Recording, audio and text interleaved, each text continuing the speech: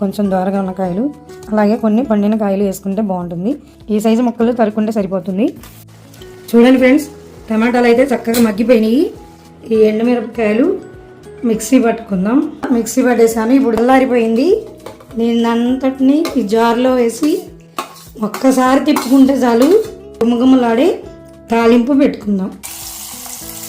Friends, ఈరోజు టమాటా పచ్చడి చేసుకుందాం. టమాటా పచ్చడికి కొన్ని దోరకాయలు, ఇలా కొంచెం దోరగా ఉన్న కాయలు, అలాగే కొన్ని పండిన కాయలు వేసుకుంటే బాగుంటుంది. పచ్చిమిరపకాయలతో చేసుకోవచ్చు, ఎండుమిరపకాయలతో చేయొచ్చు.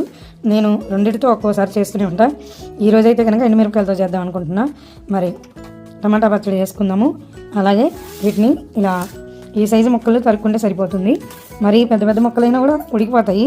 ఇవైతే కొంచెం మనం మిక్సీ పెట్టుకోవడానికి దానికి కొంచెం ఈజీగా బాగుంటాయి. అలాగే టమాటాలకి ఇట్లా ముచ్చుకలు వస్తాయి కదండి, ఈ ముచ్చుకలు అయితే మనం తినకూడదు. కంపల్సరీ ప్రతి టమాటాకి ఈ ముచ్చుకలు తీసేయాలి. టమాటాలు అయితే ఇలా తరిగి పెట్టుకున్నాను. ఇప్పుడు పచ్చడి చేసుకున్నారండి.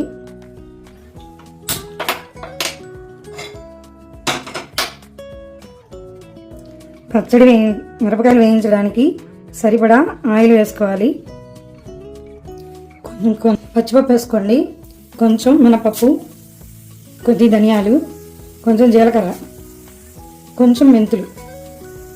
టమాటా ముక్కల్ని బట్టి ఎండుమిరపకాయలు ఎన్ని వేసుకోవాలో చూసుకొని వేసుకోండి.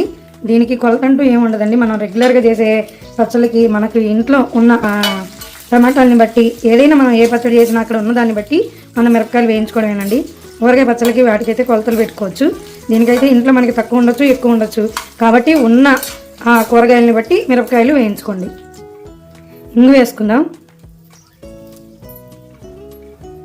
ఈ ఎండుమిరపకాయలు, మినపప్పు, పచ్చిపప్పు, జీలకర్ర, ఈ ఆవాలు మాత్రం వేయలేదండి, తాలింపులు అప్పుడు వేసుకోవాలి.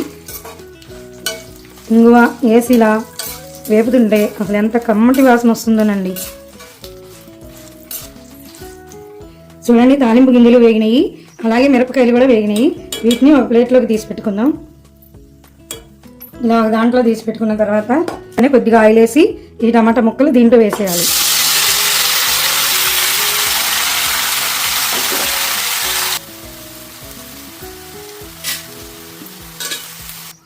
చింతపండు కొంచెం కడుక్కొని శుభ్రంగా దీంట్లో వేసుకోండి. కొంచెం సరిపడా వేసుకోండి. కొంతమంది పులుపు ఎక్కువ తింటారు, కొంతమంది తక్కువ తింటారు. కానీ రోటి పచ్చడి దేనికైనా సరే చింతపండు వేస్తేనే టేస్ట్గా ఉంటుందండి. కొంచెం చింతపండు దాంతోపాటు ఉడుకుతుంది. లేదంటే కొద్దిగా వేడి నీళ్ళలో వేసుకొని చింతపండు నానబెట్టుకున్నా పర్లేదు. కొంచెం పసుపు సరిపడా నేను కళ్ళుప్పు వేస్తున్నాను. మీకు కావాలంటే సాల్ట్ వేసుకోండి. సాలకపోతే అప్పుడు మళ్ళీ కలుపుకోవచ్చు. ఎక్కువైతే కష్టం కదండి, అందుకని తక్కువ వేసుకొని అవసరమైతే కలుపుకోవచ్చు. దీన్ని కలుపుకొని మూత పెట్టి మగ్గనిద్దాము. ఒక 5 నిమిషాలు మగ్గనిద్దాం. ఒకసారి తీసి చూద్దాం. మా చిన్నప్పుడు మా అమ్మగారు అసలు ఇలా మొత్తం పచ్చి టమాటాలతోనే పచ్చిమిరపకాయలు వేసి కొత్తిమీర వేసి చక్కగా పచ్చడి చేసేవాళ్ళు. ఎంత కమ్మగా ఉండేదేనండి. అసలు మా అమ్మగారు అయితే వంటలు చాలా బాగా చేస్తారు. గోరుచిక్కుడు బెల్లం పులుసు, దొండకాయ కొబ్బరి వేసి చాలా రకాల పచ్చళ్ళు, చాలా రకాల కూరలు మా అమ్మగారు చేస్తారు. అంటే ఈ కాలం నాటిలాగా వెరైటీలు అయితే చేయలేరు, కానీ పాతకాలం నాటి కూరలు, పచ్చళ్ళు అసలు ఆ రుచులే వేరండి. ఆ పొడులు కానీ అమ్మ చాలా బాగా చేస్తారు. నాకు బాగా నచ్చుతుంది. వంట మా అమ్మ దగ్గర నేర్చుకున్నాను నేను. ఇంకొంచెం మగ్గితే చక్కగా ఉడికిపోతుంది. ఇప్పుడు ఇంకా మూట పెట్టిన అవసరం లేదు, ఎందుకంటే ఈ నీరు కొంచెం బాగా ఇంకిపోతే బాగుంటుంది. ఇలా చక్కగా బుడగలు వచ్చి ఇట్లా ఉడికిపోయిందంటే ఇంక ఉడికినట్టే మనకి ముక్కలు. కాబట్టి ఇంక మొత్తం దించేస్తున్నాను. ఇలా ఒక బేషన్లో తీసుకున్నాను. దీన్ని ఫ్యాన్ కింద చల్లారబెట్టుకోవాలి. బాగా చల్లారిన తర్వాతే మనం మిక్సీ పట్టుకోవాలి, లేదంటే రోట్లో నూరుకోవాలి. మిక్సీ కాకుండా రోట్లో అయితే ఇంకా చాలా టేస్ట్ ఉంటుంది అనమాట.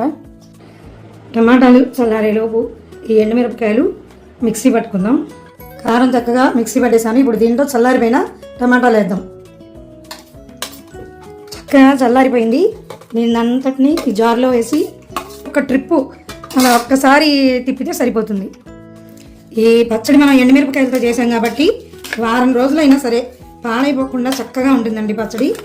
మీరు బయట పెట్టుకున్నా ఉంటుంది, ఫ్రిడ్జ్లో పెట్టుకున్నా ఉంటుంది.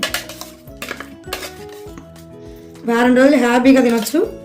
అంటే కావాల్సినంత వరకు 2 రోజులకు ఒకసారి, 3 రోజులకు ఒకసారి పచ్చడి చేసుకుంటాం అనుకోండి. ఉద్యోగాలకు వెళ్ళే వాళ్ళు ఉంటారు, ఆడవాళ్ళు కూడా. అలాంటి వాళ్ళకి డైలీ పచ్చడి చేయాలంటే కష్టమే కదండి. అట్లాంటి వాళ్ళకైతే చక్కగా ఇలా ఎండుమిరపకాయలతో చేసుకుంటే వారం రోజులు ఉంటుంది పచ్చడి. ఇప్పుడు దీంట్లో మనం గుమగుమలాడే తాలింపు పెట్టుకుందాం. పచ్చడిలోకి తాలింపు కొంచెం ఆయిల్, ఇందాక పచ్చిపప్పు మినపప్పు వేసి మనం వేయించుకున్నాం కాబట్టి ఇప్పుడు అవేమీ వేయక్కర్లేదు. జీలకర్ర, ఆవాలు, ఒక 2 ఎండుమిరపకాయలు, అలాగే కొంచెం ఇంగువ, చెట్టు నుంచి దూసుకొచ్చిన కరివేపాకు. తాలింపు వేగింది అనడానికి గుర్తు ఆవాలు చిటపట్లాడతాయి. వెంటనే కట్టేసుకొని తాలింపు చక్కగా ఈ పచ్చళ్ళు కలుపుకోవడమేనండి. చూసారా ఎంత పాటి పని అండి, తేలిక చటుక్కుని అయిపోతుంది పని. ఏముందండి, కష్టపడకుండా ఏది రాదు కదండి మనకి. కంచంలోకి రావాలంటే ఏదైనా కొంచెం కష్టం పడాలి. అలా అని ఇదేమో పెద్ద కష్టం కాదండి, మన ఇంట్లో రెగ్యులర్గా చేసుకుంటూనే ఉంటాం కాబట్టి తేలిగ్గానే అయిపోతుంది. మరి చూసారుగా ఫ్రెండ్స్, కమ్మటి ఎండుమిరపకాయలు వేసి చేసిన టమాటా పచ్చడి. మీకు నచ్చిందా? నచ్చితే లైక్ చేయండి, షేర్ చేయండి. అలాగే మరిన్ని వీడియోల కోసం మా ఛానల్ తప్పకుండా సబ్స్క్రైబ్ చేసుకోండి. Thank you for watching. Bye friends.